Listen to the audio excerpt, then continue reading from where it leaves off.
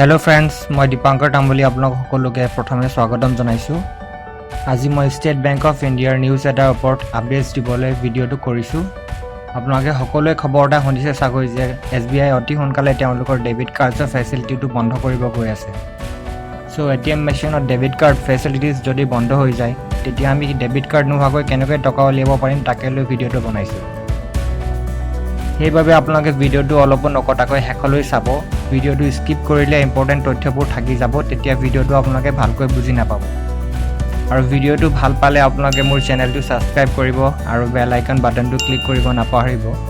বেল আইকনটো click কৰিলে মোৰ next আহিবলগীয়া ভিডিওবোৰৰ নটিফিকেশনছ আপোনালোকে পাই থাকিব। আৰু যদি মোৰ ভিডিওটো বেছি ভাল লাগে তেতিয়া লাইক আৰু শ্বেয়াৰ কৰি দিব।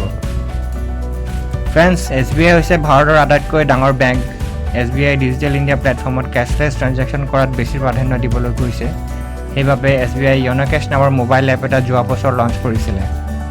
এতিয়া SBI য়োনো কেশ পইণ্ট ষ্টাৰ্ট কৰিছে। সেই য়োনো কেশ পইণ্টত এতিয়াৰ পৰা বিনা ডেবিট কাৰ্ডত টকা ওলাব পৰা যাব।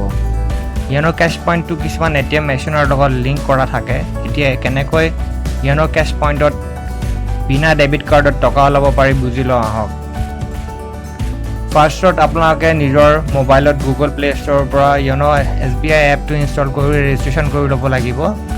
ৰেজিষ্ট্ৰেশ্যন কৰাৰ পিছত 6টা ডিজিট এমপিন এটা ক্ৰিয়েট কৰি ল'ব লাগিব। তাৰ পিছত যেতিয়া আপুনি য়োনো কেশ পইণ্টত পইচা ওলাব যাব তেতিয়া আপোনালোকে মোবাইলত য়োনো এপৰ পৰা OTP এটা ৰিকুৱেষ্ট পঠাব লাগিব। তাৰ পিছত OTPটো আপোনালোকৰ ৰেজিষ্টাৰ্ড মোবাইলত আহিব। আহক এতিয়া ফ্ৰেণ্ডছ ভিডিওটো আৰম্ভ কৰোঁ। ফ্ৰেণ্ডছ, আপোনালোকে ATM মেচিনত গৈ য়োনো কেশ লিখা অপশ্যনটোত ক্লিক কৰিব। তাৰপিছত কনফাৰ্ম কৰিব।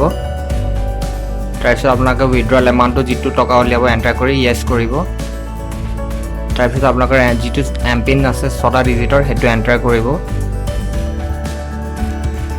তাৰপিছত কনফাৰ্ম কৰিব।